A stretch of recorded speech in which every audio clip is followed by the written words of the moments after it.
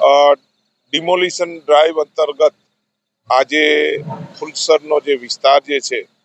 જેમાં આશરે 70 થી 75 જેટલા ગેરકાયદેસર કાચા પાકા બાંધકામ તથા 3 ધાર્મિક સ્થળોનું ડિમોલિશનની કામગીરી અંતર્ગત આજે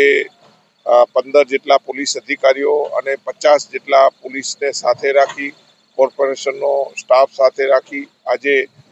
મેગા ડિમોલિશનની કામગીરી હાલમાં ચાલુ છે અને આ ડિમોલિશનમાં આશરે